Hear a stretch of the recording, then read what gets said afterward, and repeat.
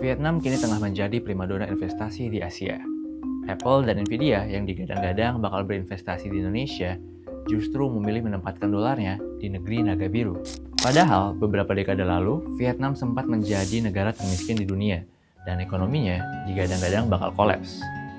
Semua ini nggak terlepas dari rentetan perang saudara selama 2 dekade di Vietnam dan kebijakan yang dianggap gagal di masa lalu. Terus gimana caranya Vietnam yang dulu kesulitan seperti itu sekarang jadi salah satu negara paling menjanjikan buat investasi di Asia?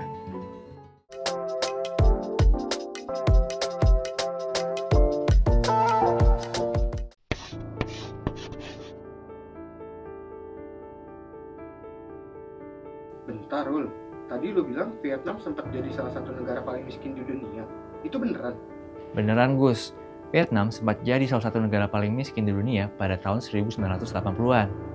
Pada tahun 1985 misalnya, kalau dihitung dengan inflasi, pendapatan per kapita Vietnam cuma sebesar 200-an dolar AS per tahun. Buat informasi aja, nggak ada nih negara semiskin itu sekarang. Kalau kita lihat ke belakang, buruknya kondisi ekonomi di Vietnam tidak terlepas dari dampak perang saudara yang sempat terjadi selama 1 dekade. Perang antara Vietnam Utara dengan paham komunisnya dan Vietnam Selatan dengan paham liberal itu menimbulkan banyak kerugian. Jutaan orang meninggal, infrastruktur berhancuran, dan tentu kerugian ekonomi yang sangat besar. Setelah Vietnam Utara berhasil memenangkan perang dan menggabungkan kembali Vietnam pada tahun 1975, rencana pemulihan pun dilakukan. Vietnam di bawah kepemimpinan pemerintah dengan paham komunis memperkenalkan rencana pembangunan dengan fokus utama pengembangan agrikultur dan investasi pada industri berat. Nah, dengan berakhirnya perang saudara dan mulai digulirkannya rencana pembangunan kembali, berarti kondisi sosial dan ekonomi Vietnam mulai membaik dong? Enggak. Kondisi ekonomi negara itu justru makin buruk setelah Vietnam bersatu. Ini nggak lepas dari keputusan Vietnam buat mengadopsi kebijakan dengan pendekatan komunisme seperti sekutunya, Uni Soviet.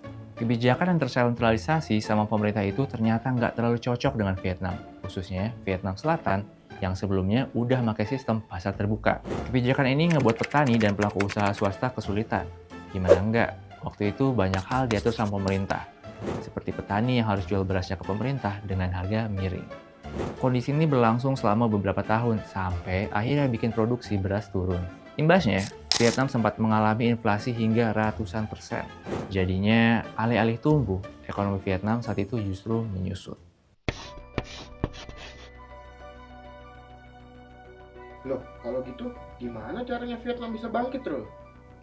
2 kata jawabannya Gus, Doi Moi. Setelah kondisi ekonominya terpontang-panting, para petinggi Partai Komunis Vietnam menyadari perlunya reformasi kebijakan ekonomi. Akhirnya, di akhir tahun 1986, Partai Komunis Vietnam bikin kebijakan yang dikasih nama Doi Moi yang artinya renovasi. Secara garis besar, Doi Moi merupakan kebijakan ekonomi yang lebih mengadopsi sistem pasar, tetapi masih teregulasi. Dengan kebijakan ini, Vietnam menghapus berbagai pembatasan yang sebelumnya diterapin. Salah satu contoh kebijakan turunan dari Doi Moi adalah pemerintah Vietnam nggak lagi ngatur harga komoditas hasil petani.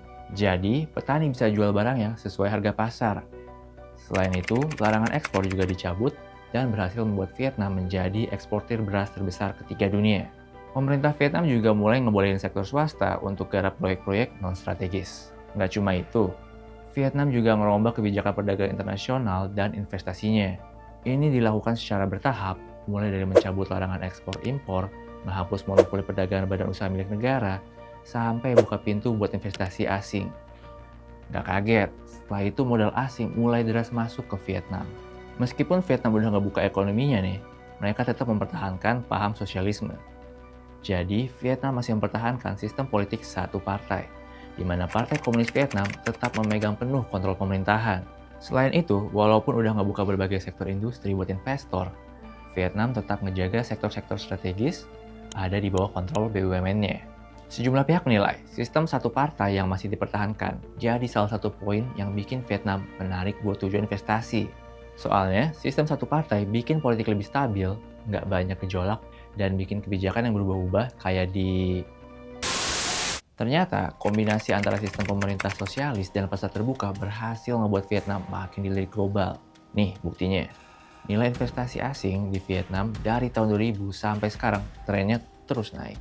Bahkan sepanjang 2024 nilai investasi tembus 25 dolar AS atau lebih dari 400 triliun rupiah. Nah, investasi yang moncer ini membuat roda ekonomi Vietnam muter lebih kencang. Dengan kontribusi investasi yang lebih dari 30%, Vietnam bisa membukukan rata-rata pertumbuhan ekonomi lebih dari 6% selama lebih dari 2 dekade.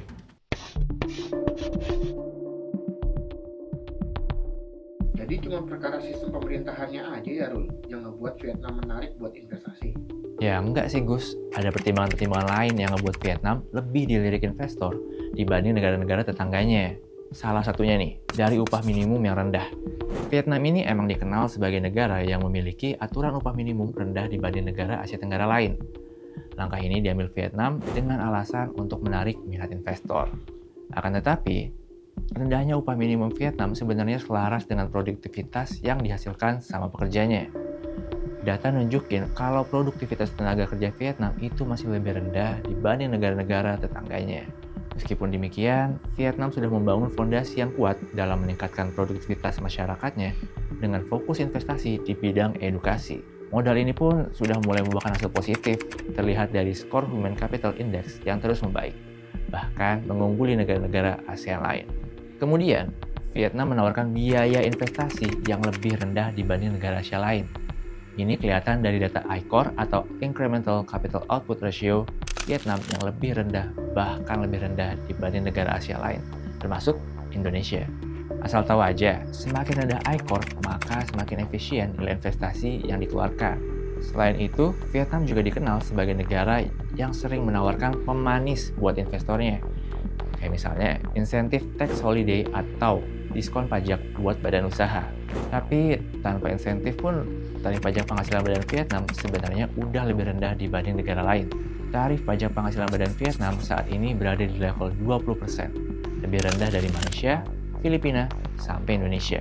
Akan tetapi, di balik semua hal manis tadi, Vietnam sebenarnya masih menghadapi masalah birokrasi yang berbelit.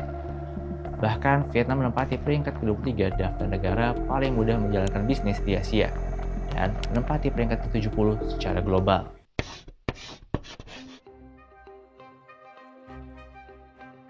Jadi gimana Rul? Vietnam emang punya modal yang bagus, tapi kedepannya gimana tuh? Apalagi tadi dibilang mereka masih ngadepin masalah birokrasi. Jadi Gus, pemerintah Vietnam sebenarnya udah berkomitmen buat ngatasin permasalahan birokrasi ini. Bahkan, baru-baru ini pemerintah Vietnam ngajuin rencana pemangkasan besar-besaran jumlah kementeriannya. Vietnam pun terus meningkatkan adopsi teknologi untuk memangkas rantai birokrasi. Hasilnya, Vietnam terus merangkak naik dalam daftar E-Government Development Index yang dibuat sama PBB. Selain reformasi birokrasi, perbaikan kualitas manusia yang telah membuahkan hasil dinilai bisa memperkuat posisi Vietnam sebagai primadona investasi. Soalnya, Vietnam sedang berada dalam fase bonus demografi. Jumlah tenaga kerjanya pun terus bertambah, sehingga bisa menjadi daya tarik tersendiri. Tapi, Vietnam masih harus ngadepin masalah keterampilan tenaga kerja nih. Jumlah tenaga kerja terampil ternyata nggak tumbuh secepat jumlah tenaga kerja secara keseluruhan. Meskipun demikian, investasi asing diprediksi terus mengalir ke Vietnam. Apalagi pasca Donald Trump menjabat sebagai Presiden Amerika. Donald Trump seringkali menyampaikan rencananya untuk kembali menerapkan tarif impor yang lebih tinggi dari Cina. Ini bikin investor pasang kuda-kuda untuk alihin bisnisnya dari negeri tirai bambu, dan Vietnam jadi jawabannya. Vietnam sendiri sudah lama dikenal sebagai tujuan dari strategi bisnis China Plus One, yaitu strategi yang mengurangi ketergantungan rantai pasok bisnis dari Cina.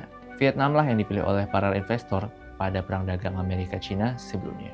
Banyak perusahaan mengalihkan bisnisnya dari Cina ke Vietnam untuk mengakali pungutan tarif yang lebih tinggi ke Amerika. Hasilnya, nilai ekspor Vietnam ke Amerika melejit, dan surplus neraca dagang Vietnam ke negara adidaya itu kian membesar. Nah, hal serupa berpotensi terulang kalau Trump kembali menerapkan pungutan tarif impor yang lebih besar buat Cina. Ya, nggak ada kemungkinan juga sih Trump memperluas pungutan tarif impor yang lebih besar ke Vietnam. Walaupun begitu, Vietnam diproyeksi masih akan menikmati pertumbuhan ekonomi yang pesat hingga beberapa tahun mendatang. Ragam stimulus yang ditawarkan, stabilitas politik, dan perbaikan kualitas tenaga kerja menjadi alasannya. Mimpi Vietnam untuk menjadi negara kaya pada 2045 pun berpotensi tercapai kalau Vietnam bisa menjaga tren pertumbuhan ini.